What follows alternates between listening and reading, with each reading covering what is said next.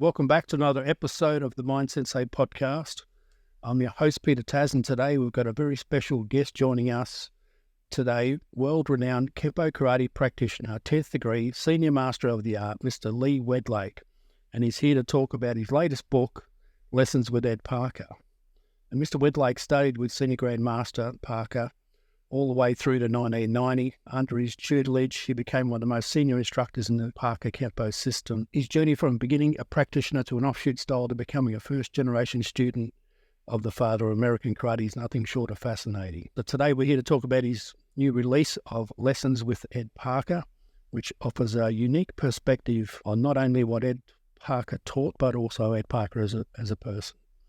So, Mr. Wedlake, over to you, sir. Very excited. It's one of my favourite books. Well, g'day, mate. G'day, mate. How you going, Colin? Well, what happened was that Lessons with Ed Parker was published in 2009, and I reissued it. In fact, it's coming out tomorrow, May 10th of 2024. It's got a different cover so you can distinguish them. There's about 40 additional pages of information in the book. And as you mentioned in the intro, it's not just about what Ed Parker did.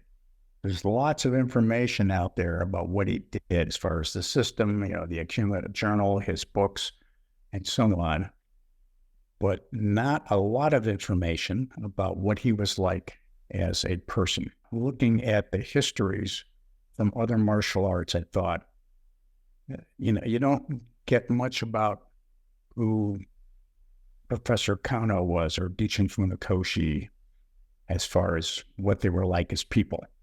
If you read Robert W. Smith's books about some of the Kung Fu masters that he had worked with way back when, I said, well, this one was a drunk and this one was this and so on. So you get a little insight, but I wanted people to get a sense of not only what Ed Parker taught, but what his family life was like, what his surroundings were like, how he interacted with people over time, and so on. Well, some of our listeners might not be familiar with you. Tell us a little bit about yourself and how you started your journey, just a brief overview, and then what actually inspired you to write the book, Lessons with Ed Parker. As has been published in my own books and like Tom Bleeker's series of books, my martial art experience started in 1967 with judo at the local YMCA.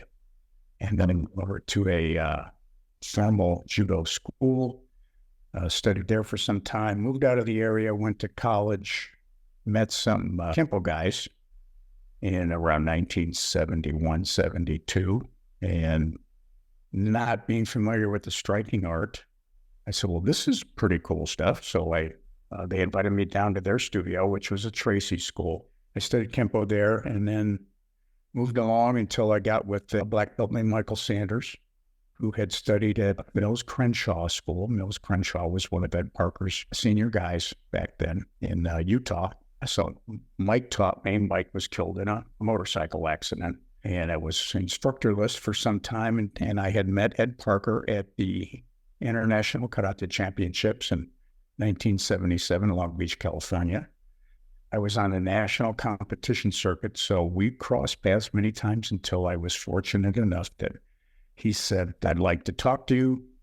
One thing led to another, and I was invited to come out and train with him in Pasadena, California, which I did in 1979, and stayed with him until his passing in 1990. So the fact that I was able to study with him, have him to my school, watch how he interacted with people, travel with him, going to England. One of my first trips out of the country was down to Australia in 1986.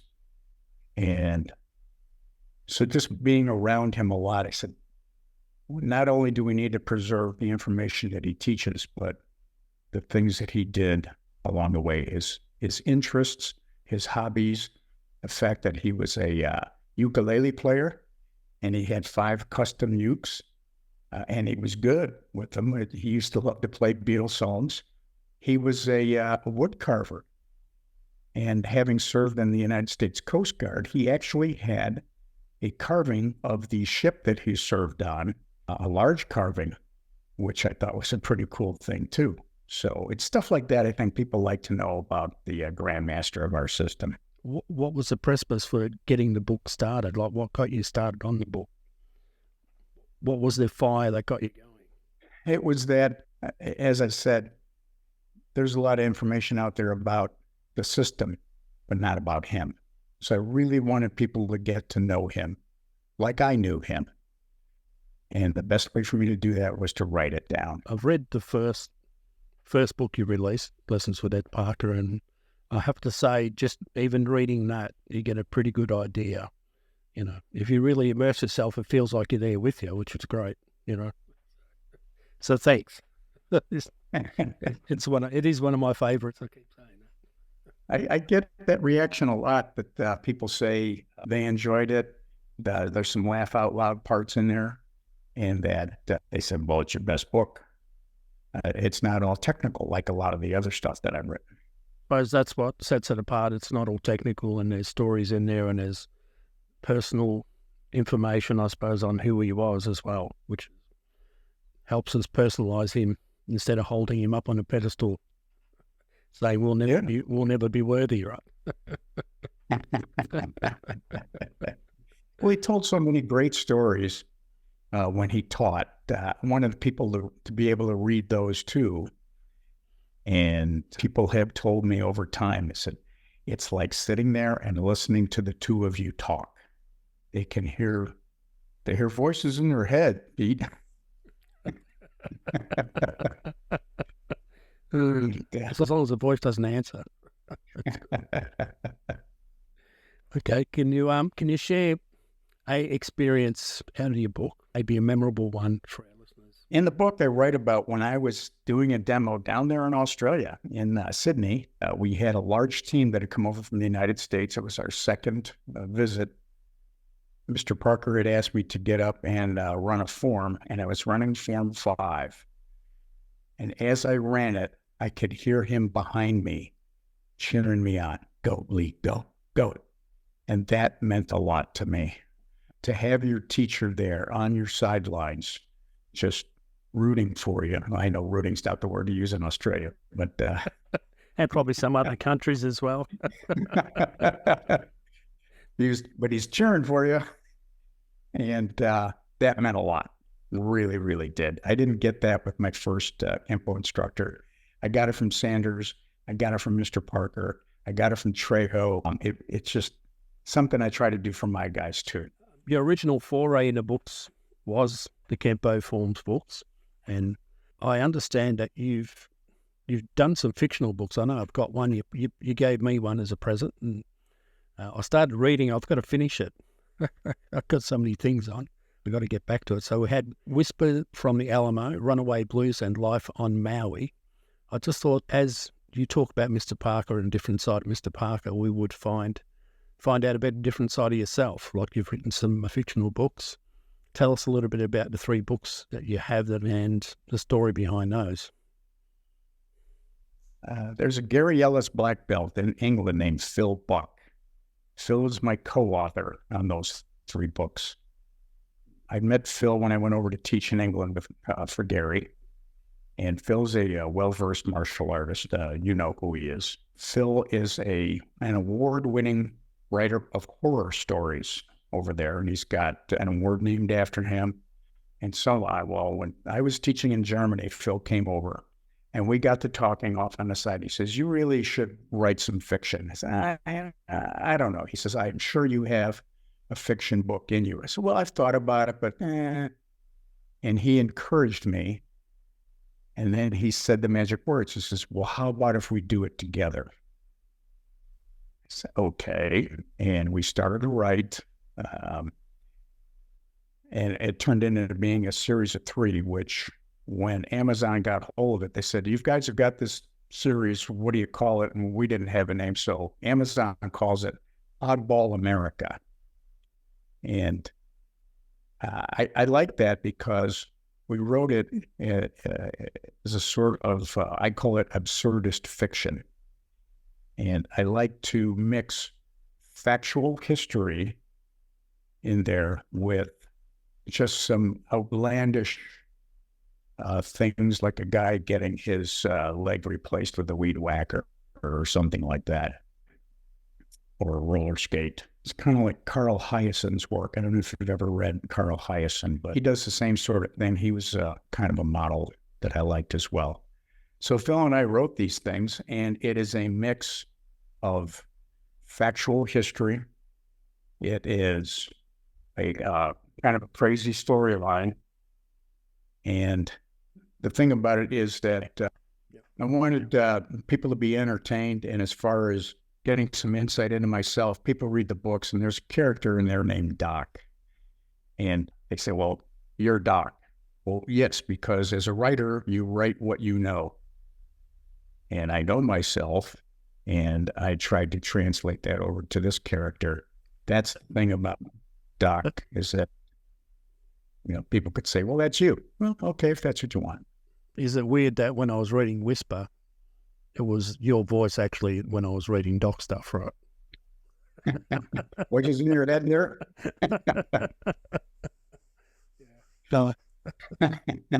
Some of your previous books, we'll talk a little bit about them, because a lot of your books that you've written on Kenpo are pretty well renowned, and a lot of Kenpos use them as their Bible. Let's talk about the start of it all with Kenpo 101 and how you got started there. Okay, I wrote Kenpo 101. That one just kind of came out. I wrote it in 6 weeks. I gave the draft to a friend of mine who had been an English teacher. She looked at it and said, this is a train wreck. This needs work. So that was very educational. And that's something that Phil did for me in writing the fiction. So my writing skills improved. But the impetus for writing Kenpo 101 was that I had been writing magazine articles since the 80s, early 80s, that kind of put me out there. Doing Kenpo 101 was a synthesis of things that I thought, as a school owner, as a practitioner, as an instructor, I thought people need to know these things. So that's why I called it Notes for the New Student and the Seasoned Instructor. And then I went off into the form series. And I did that because there wasn't anything out there at the time about the forms, other than a little bit in Ed Parker's Infinite Insights books. In volume 5, there was no step-by-step guidance. So looking at it, my original thought was to write a book that included everything from 1 through 6, which is what eventually the Kenpo Compendium that was published would become. But I was thinking about how people actually use the books, which was somebody will have the book in their hand, close it, stick it in their gi, do what they think they read, pull that out and look at it again. So it's going to be easier to do that with a small book than a large book. And as you know, the compendium's pretty big. So years later... It still fits in my gi, right? Still fits in my gi. And the compendium's even bigger than the compendium. We would turn around and the books go out of print, and then I sent them to a publisher who said, yeah, we'd like to republish that and consolidate it. There was some rewriting. There were a couple of corrections that had to be made, some new photographs and so on, and that became a compendium. The compendium is the consolidation of 1 to 6. Yes, with additional information. The book I wrote called Further Insights was really a collection of magazine articles that I had written. There is a plan. I've been talking with a publisher in California who says, we'd like to republish that. So there's a plan to work that, and we may get that out by the end of the year. And it would be enhanced as well. So we get the original information as well as new material. Yeah, because I think that's not available anymore, is it? I think I did a search. Yeah, 101 through 601, the original, the 2009 Lessons with Ed Parker and Further Insights are not available. I hear you can find them on eBay for outrageous amounts of money. There's some on Amazon, 401, 301, 601. a German edition of 201, so you'll have to tell us about Yes. The German edition was interesting because Claudia Newman, who was a student up in the Dusseldorf area under Thomas Kaczynski, who's a fifth degree, she offered to translate it. Said, okay, well, I don't know how much of a market there is for a German version. I would like to have Spanish versions of the books, because those are really held up in Europe and South America and so on. But Claudia offered to do it, and in the process, she would say, well, what do you mean by that? Because we use colloquialisms and slang. And as an international seminar instructor, I had learned how to eliminate slang from my presentations because, as we know, some words or terms you use here don't go over very well over there.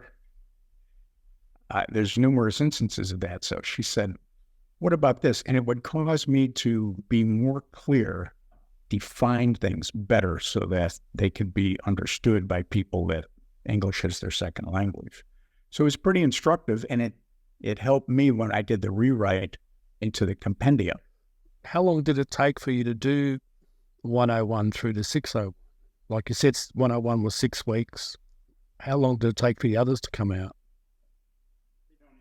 Or in mind for those. They were spread over years. So there were a couple of years I was able to publish 2. I know 301 was difficult to get out there because there were some sort of printing glitches along the way. But I'd say I probably got them out over this. I'd have to look at the copyright dates, probably 6 or 8 years to get them all out. Got a student at the moment, he's doing short 3, long 3, and he's got your book out, so it's good.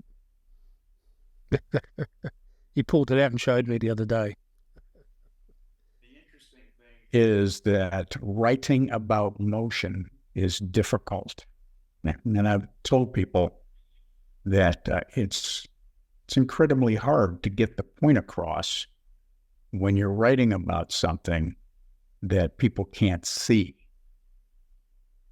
So, in person, of course, or video is ideal, but the books are there because they can go hand in hand with either of those other 2 methods. And for some people, reading the book is what does it for them.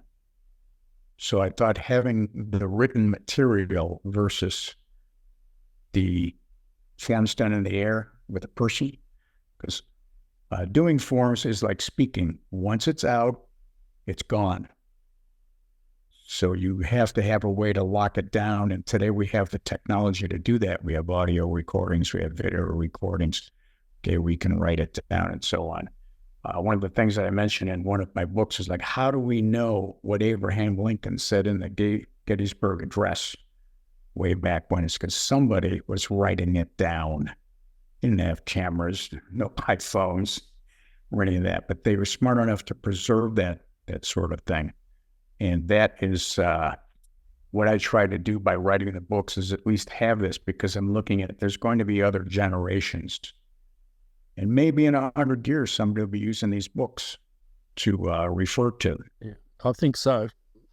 Used by a lot of people as the guide when it comes to forms and stuff. And all the people we've interviewed so far, when it comes to Kenpo books, your name comes up. Yeah. So it's money well spent. Well, I was, years ago, I was hired to go. I was going to train the military in Bhutan, of all places, and that never quite gelled. We got very close to going over there, but I remember talking with my dad about it. He said, when you get there, he said, write the manual. He says, be the man who wrote the book. And that stuck with me. And I translated that over into what I did with the Parker system. So I'm the man who wrote the book. Nice, very wise man. Yes, he was. He's still alive. He'll be known for the start of that. So I suppose that's a precipice to the book starting. Really? It's amazing how someone can give you 2 or 3 simple words or a phrase that sets the fire and sets the wheels in motion. Ed Parker had a requirement for black where you had to write a thesis. And I had that when I was in high school. I wrote for the school newspaper, and I had taken journalism classes, so I had a little bit of background in this. And as I became an instructor, I started to write. I remember showing Mr. Parker some of my early writings, and he looked at it, and he didn't say much. And I would learn later that it's like, yeah, I was kind of off the mark, but he didn't say anything negative. He was always like, well, this could be done like this, and what about that? And, you might think about this as well. He was always encouraging like that. So knowing where he was looking back, at that point in time, he was back on the trail to expand the IKKA, to spread the system and so on. He saw that I was able to write. And when I said, I'd like to write these magazine articles, he encouraged that. Everything that I wrote, I sent to him first before it went to the magazine to get his approval. And then it went out. Inside Kung Fu and Karate Illustrated and Black Belt Magazine and some others all accepted my work and published it. So this was to help to bring the system up to the forefront, which is really part of what he wanted. And for me, it was a way to get the things on paper and preserve it. How did you approach the process of writing the martial art books, the form books and the others? And what tips do you have for any other aspiring martial art authors we've got coming through? Something I learned from a very wise retired surgeon. He was telling me a story about young doctors, physicians that were looking to get grant money for research. He said it's very simple. The purpose of this grant is blank. So what is it you want to accomplish? And I think that's incredibly important, because somebody's got to make a decision first. Like, why do I want to write this? Who is this for? Is this for me? Is this an ego thing because I can get published maybe? Get my picture in the magazine? Is it to expand the knowledge of our practitioners? Is it a way for people from other systems to get a window into our system? So we need to establish that first, and then it's, what is it that we would like to cover with this, and in what kind of depth? When I was speaking with an editor at Inside Kung Fu years ago, he said, we really like your work. He had the most recent issue of the magazine in his hand, and he said, you look at this, he says, it's 6 pages that says, if you practice, you get faster.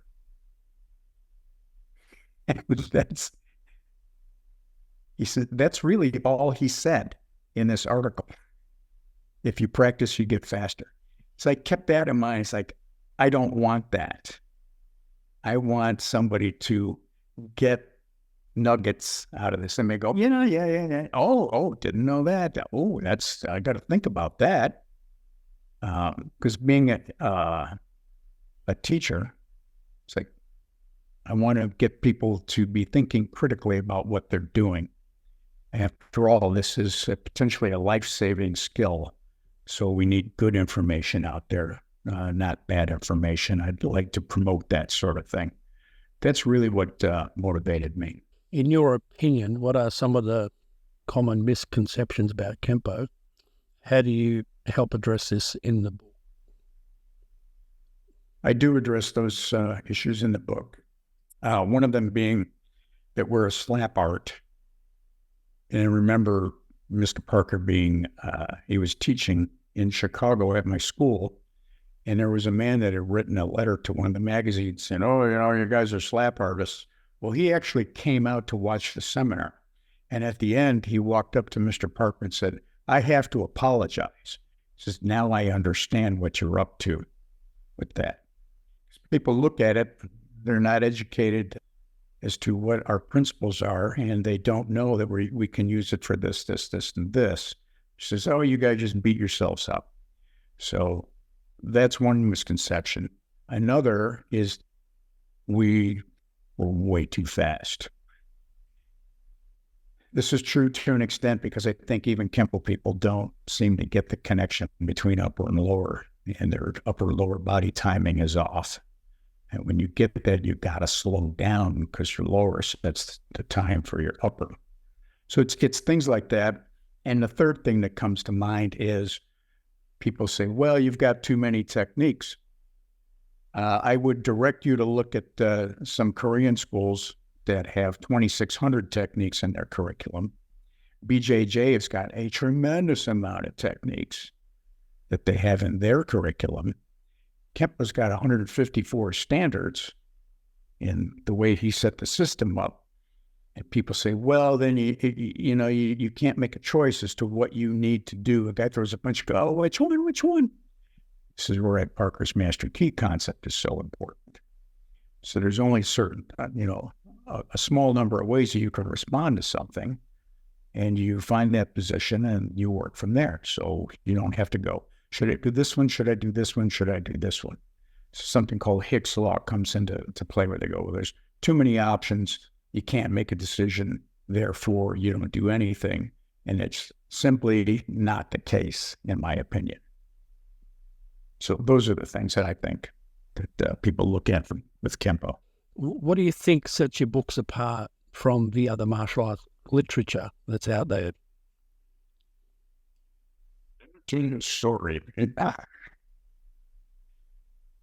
I was in Manchester, New Hampshire, Steve White School back in the 80s. And there was a man named Don McKay who was actually responsible for connecting myself and Steve, which is the next step was that was responsible for the spread of Parker Kenpo in New England, that connection. That man's name was Don McKay, and Don's girlfriend and I talked on the side at a seminar. She was a school teacher, and she said, Don sends me out to the store to buy these karate magazines for him now and again, and I pick them up and I look through them. She goes, this stuff is written at like a 6th grade level. There's a lot of pictures, not a whole lot of text. Didn't think much of it. When I spoke with the editor at Inside Kung Fu, and when I kept that in mind, I said, I don't want my stuff to be looked at like that. So I tried to pack the information in there so that people can take away something like this. And that is why I wrote the books in the manner in which I wrote them. I wrote them also so that people from offshoot Kenpo systems can at least get an idea of what they're doing, because the Tracy people have different names for the techniques. They have some different sequences and so on, but at least they've got some familiarity and they can look at it and go, okay, I can see where this is going. So it gives them, it's got value for them as well. How do you think Ed Parker's teachings continue to influence martial arts today? Ed Parker was always seen as the instructor's instructor or the master's master. I saw that firsthand at some gatherings I was at. One in particular was in Indiana, where there was instructors like Eric Lee and Tadashi Yamashita, Billy Blanks, Aaron Banks, Ernie Reyes Sr. and Jr., and many others. And they all looked at Ed Parker and they said, he's the guy. And so you have that reputation, and it continues today because there's so many people that he gave a start to, that he influenced. And it's a little bit distressing to me when I read some posts on the internet of people going, well, who was this guy? It's like, well, he's only been gone 30 years, and there's a lot of documentation out there. So I have to wonder where that question comes from, because it's not hard to find the information. So is it ignorance? Is it laziness? Is it a lack of guidance? I don't know. So part of my job is to get out there and say, this is who he was, this is what he did, and this is where the value of where we're taking this is. So what do you hope your readers take away from the books? Or from, let's say, Ed Parker's book, but say the compendium and the companion? The reaction that I get when people talk to me about the books, they said, I really didn't know a lot of that stuff. And sometimes I'll laugh and say, well, I didn't write them for you. I wrote them for me because I forget things. So when I write, when I teach, it keeps it fresh for me. And when I read commentary about the books, I said, this is where I learned about this, and this is where I learned about that. I didn't think of this. That's what I want from the books. I don't give everything. It's that old master sort of stuff. It's like you don't teach everybody all of your stuff. Yeah. And so there are things, it's like, no, I didn't put it all out there. I put a lot out there. But there are things that it's like, yes, I teach my guys. I'm not as traditional as some Chinese instructors where they say, well, you've been around here studying for 25 years. You must be serious. So let's get to work. But there are things that I teach. It's like, this is for you. This is not for general consumption. So those books that are out there on the market are like, I just don't think that if you come to class and you pay your tuition every month, and some places that's pretty high dollar, that you should get the same information for $20. I just say, here's a clue. And if you're already in the system and you're taking your lessons, great. If you're not, then maybe you should go seek somebody out that can answer your questions. And I get that a lot. I get people that call me and email me that are not even in our system and ask questions. In fact, one was a PhD in education, contacted me from Oklahoma, wanted to talk to me. He says, I've got questions. I don't do your system, but I'm very interested in your thinking. I said, why are you contacting me? Because I heard a podcast and I thought, this guy sounds like he knows what he's talking about. So it's, okay, well, I'm glad you think like that.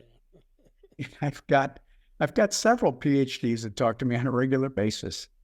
It's a very interesting conversation with all of them, of course, not just because they're PhDs, but yeah, there's a good connection there. It's pretty good. Well, I had a Wedlake moment when I was interviewing Sean Kelly, and he asked me a question that, like some things you put in your books and a lot of people don't know. They don't know because their instructors didn't know and could not pass it down. And he said, well, for instance, do you know what destruction means? And I said, I do. I said, it means left. And he says, well, where did you get that information from? And Mr. Wedlake told me that. And he goes, well, isn't it amazing we both got the information from the same place? Yeah. And I'm like, boom, there's a Wedlake moment right there. So, yeah. So I just thought you'd like to hear that because that's always a good moment, right? So it does spread, like we're 6 degrees of separation, and it's still there. So, yeah, I thought you'd enjoy that one. Yep, interesting.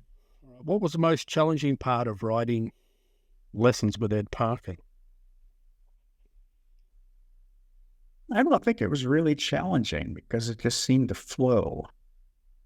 And writers will tell you that. And sometimes it just comes out. Like my first book came, I wrote it in 6 weeks. It needed some tweaking, but I wrote it in 6 weeks. Others took longer. I think it was Hemingway that said, writing is easy. All you do is sit down at a typewriter and bleed. With Lessons with Ed Parker, there was such personal interaction with him on all levels that it was easy to write. So I wouldn't say that it was much of a challenge. Organizing it in a manner that was readable, that was entertaining, and it was educational, that's always a bit of a challenge. And for writers, upcoming writers, it's like, as I said earlier, you got to make a decision while you're doing it. Then you make the decision what it is you're going to do. Then you need to organize your thoughts and understand that what you put down in a particular order at first is not going to be the order that you actually write this, because you're going to think it and rethink it. And I recommend any author, whether it's martial arts or not, that they're writing, is that, yes, you read it as you write it, but you know what you're trying to say. So as you read the text, you're going to skip over words and so on. You're going to miss the typos. So you give those to at least 3 other people. I like to give it to somebody who knows nothing about the subject, that's willing to read it, somebody who knows at least as much as you, and then someone who knows a lot more than you. So you get these 3 perspectives. So I know I had given Lessons with Ed Parker manuscript to Jan, and she said, what kind of dog did he have? What was the dog's name? And what kind of car did he have? She asked me questions like that because, women's minds are different than men's minds, and that's what they do. That's where they go. I said, oh, yeah, that's good. And later on, I gave books to the Parker family. They said, you even remembered the dog's name.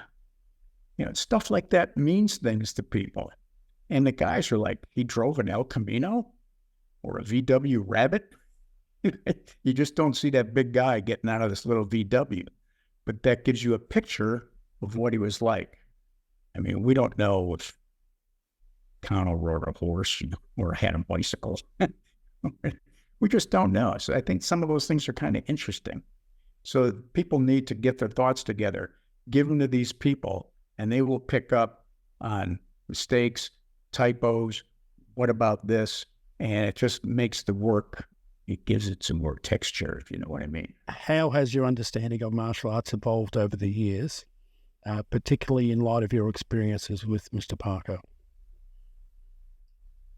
Once again, I was just so blessed to have him in my life, and along with him, other top-notch instructors in many disciplines. And what I've found over time is that there are certain constants that run through the systems. Some people call them universal truths or golden threads. Just taking a little bit of this and taking a little more of that and seeing how they integrate. It's like, there's only so many ways a human body can move, but you get a pretty good idea of how this system's principles and their general strategy and their tactics work and how that compares to ours. And that's why I like Parker Kenpo, because I had gone and done what a lot of other people did. Like I was doing Kenpo and said, what's that like over there?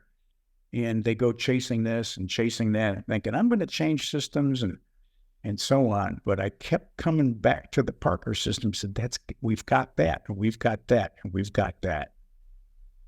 And there's nothing wrong with cross-training. I have no problem with people cross-training.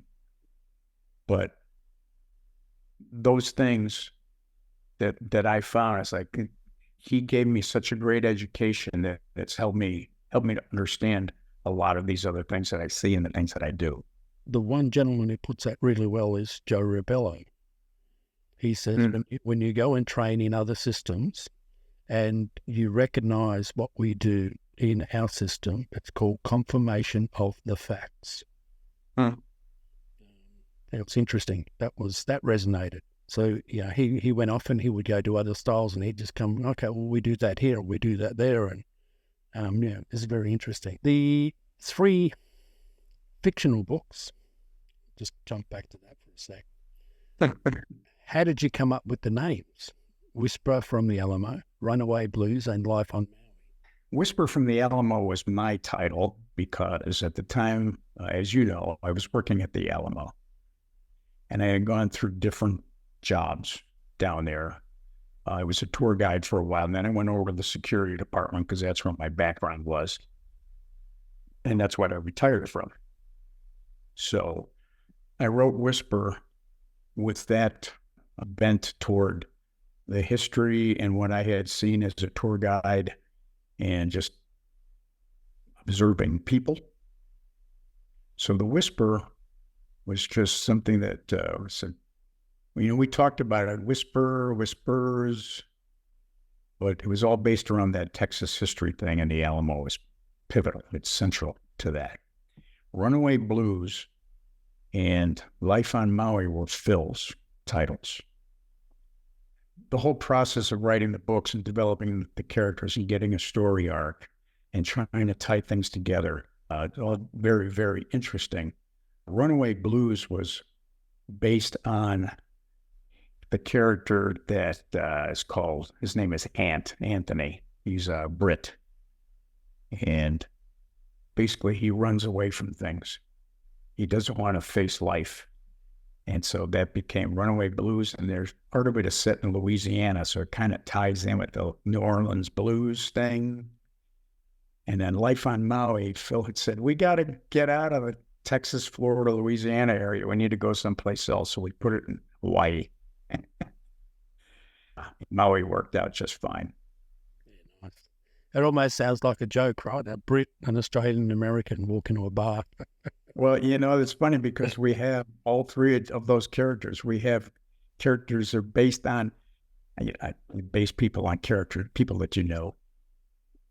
So yeah, you if you read all three books, you go, that's that guy, and I know that guy. So in traditional thought process of Jan, do you have a dog, and what is his name or its name? No, we don't have a dog. Our good little guy passed away about 5 years ago, and we're just like, yeah, should we get another one? Or what kind of dog was that? Cocker Spaniel. Okay.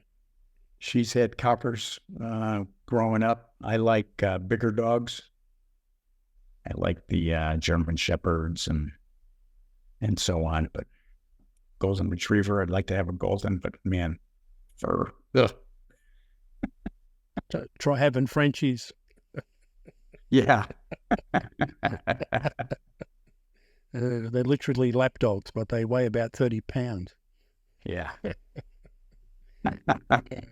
Are there any new projects or books you're currently working on, and what future plans you have you'd like to share with our listeners and readers? Well, I'm excited about Lessons with Ed Parker 2024 coming out. It'll be out tomorrow, May 10th. Went with a different publishing house. So now the book's distribution is going to be wider. You can get it on Amazon. You can get it on Barnes & Noble. You can get it on a lot of other booksellers' websites. So that is a great thing. They're already taking pre-orders, which is nice. It's available in softcover and it's available as an ebook. The other books, the Compendium and the Companion, are both available on Amazon. All the rest are out of print. And as we talked about earlier, you might be able to find a copy here and there. I've got a couple of students across the country that have studios. They've got, a few copies here and there that they can, somebody can buy it from them. I think Nick Dreiling in South Carolina's got a lot of the original Lessons with Ed Parker books. I am working on an article that's supposed to come out later this year in Masters magazine. They just published a thing about me in that magazine a month or two ago. They asked me to write an article. So I've done that on principles. Editor likes what he's seen so far. We're going to shoot the pictures. In fact, we're going to shoot them this weekend. He is the person that said, well, we'd like to republish further insights. So I'm working toward that. And writing this article on principles has got me thinking that I should probably write a book on Kenpo principles. And the reason for that is some of the guys said that a BJJ book just came out, 32 Principles of Brazilian Jiu-Jitsu. And they said, this is a great book. We need something like this for Kenpo people. So I'm leaning toward that. I'm a lot like Graham Elliott. Every time he does the Wonder Valley camp, he says, I'm never going to do this again. So I'm going to publish a book. I say, I'm never going to do this again. And then I write another book. So I can't say that I won't have any more coming down the pipe. I probably will. But knowing what I said earlier about the way that people take information, like some of them like books and some like video, that I have a website, but I have 2 tiers available on Vimeo, 2 platforms, one for beginners, one for advanced, by subscription basis. You just go to Vimeo and look up my name. And there's almost 2,000 videos that show you how to do these things. So it complements what's in the books as well. You can get there from your website as well, which is kempotv.com. Yes. But if you go to vimeo.com, you can find me, no problem. So that's what I'm up to. And I'm still on the seminar circuit. In fact, I'm leaving for Ireland next week. Okay. So, and in Ireland, are you heading to Mr. Downey's camp, or? I'm going to Eddie Downey's camp. I haven't been over there in several years. And then I head over to see Gary Ellis in Plymouth, England. Links are also on my personal Facebook page. Okay. Just for our listeners, I'll go through a list of your books that you do have out. You had Lessons with Ed Parker, version 1, 2009 edition, Kenpo 101, Kenpo 201, The Basics and Exercise Forms, Kenpo 301, Intermediate Forms, Kenpo 401, which is Form 4, Kenpo 501, and Kenpo 601. And then we had your Kenpo Compendium and Kenpo Companion, further insights into Kenpo, and also the latest book now, which is Lessons with Ed Parker, is being released tomorrow.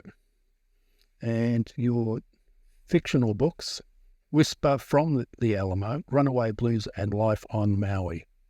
So we'll put a list of those in the show notes. There's a few books you've written there, and we're just talking also about books guests recommend. I found a lot of good reading there. The Super Learning book by Sheila Ostrander and Lynn Schroeder was the one we were talking about, Time Dilation with Mr. Parker in your interview.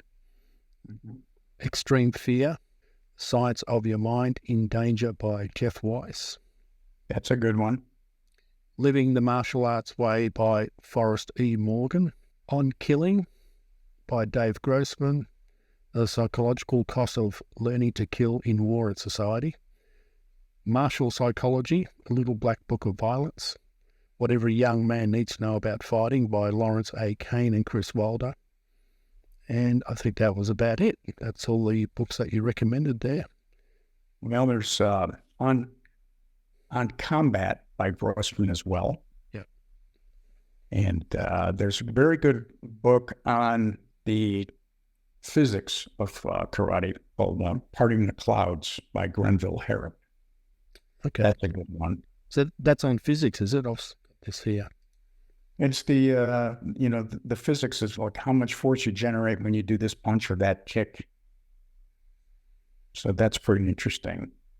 I always encourage students to get a really good anatomy book too. Okay, and I think you also had Martial Arts of the World, volumes 1 and 2, Green and Smith. That is a really good collection, those two books. I've been reading those recently. I can't say enough good stuff about it because they don't pull any punches on that. They don't seem to have any favoritism, and they just go, you know what? If you want to find out how this system moved up, it says follow the money.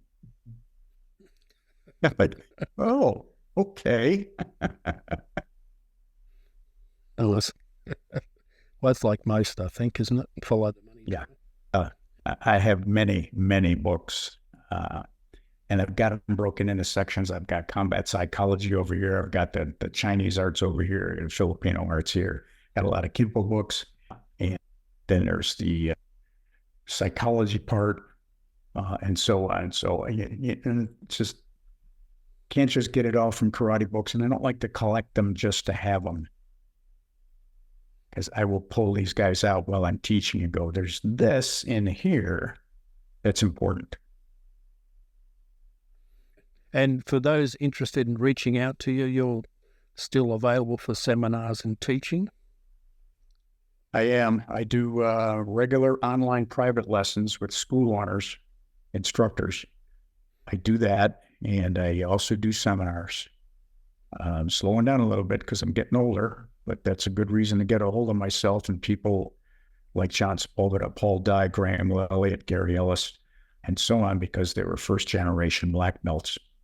They knew Ed Parker, so, we're using them, which is one of the reasons why I wrote Lessons with Ed Parker 2024, because I had to update it and go, Tom Kelly's gone, Steve LeBounty's gone, Bob White is gone, this guy's gone, Trejo's gone, and we got a couple that they're just getting old and they're not doing real well. Yeah. So it's important that they reach out and talk to these guys. Yeah. hence the podcast. Don't talk to me. I don't want to talk to anybody. This will be your second foray, so you're good. So you moved. You were in Florida originally. You moved to Texas, and now you're back in Florida. Tell us a little bit about your journey there. Well, I was in Texas for 13 years. I wrapped it up there, retired, and so many of my friends are down here. My black belts are here. I got two sisters down here. My dad was here until the Hurricane Ian pretty much destroyed his condo, so we moved him to Michigan while we're getting that fixed. But I had a lot of reasons. Got grandkids here and so on. It just made sense to come back. Okay. And at 13 years in Texas, it seems like yesterday you went there for me. Yeah. But it seems like yesterday you were here as well, right? So, Yeah. Time flies when you're having fun, right? Uh-huh. Let's end with, if you have some advice for our listeners for their training or for their study, what advice do you have for them? What I've told people in the past is that, your experience is going to change. Your perspectives will change. There's a famous quote from Wayne Dwyer that is, when you change the way you look at something, the thing you look at changes. So the way you view your martial art is going to change over time. I know that's been true for me. You need to approach this with a critical mind. You need to apply critical thinking. When I was a professional pilot and I was taking my training toward my airline transport pilot license, the instructor told me, he says, you need to challenge air traffic control. Don't just swallow what they tell you, because they make mistakes too. And that lesson applies to learning martial arts. It's just because your teacher said it doesn't necessarily mean it's true. It probably is, but you should apply that critical thinking. And that's helped me out a lot, because I did what a lot of other people do. It's like, yeah, okay, yeah, I'll do that. And there's a big difference between how men think and how women think. When I took a human performance seminar at the United States Naval Academy many years ago, and he was a coach, Olympic coach, and he said, if I work with the men's team and I tell the guys, I want you to jump into Chesapeake and swim across, the guys are like, okay, coach, and they go. You tell the women that, they say, why? What's that going to do for me? Is this going to make me better? I think this is very true. So we need to do a little bit more of that why at times when we're working through whatever it is that we're studying. So that's what I would tell people. I think that, and sometimes the lessons don't sink in right away, because I remember that too, going, yeah, I don't think so. And then years later, yeah, they were right. Yeah. It's a process. Okay. Well, I think that brings us to the end of our discussion today. Thank you again, Senior Master, 10th degree, Kenpo Karate, Lee Wedlake, all the way from Babcock Ranch, Florida, USA. Thanks again, sir, for being on and sharing your wisdom and knowledge. Always a pleasure to see and talk to you.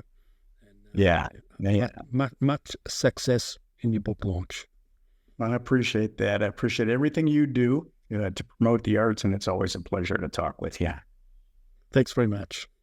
All right, Pete.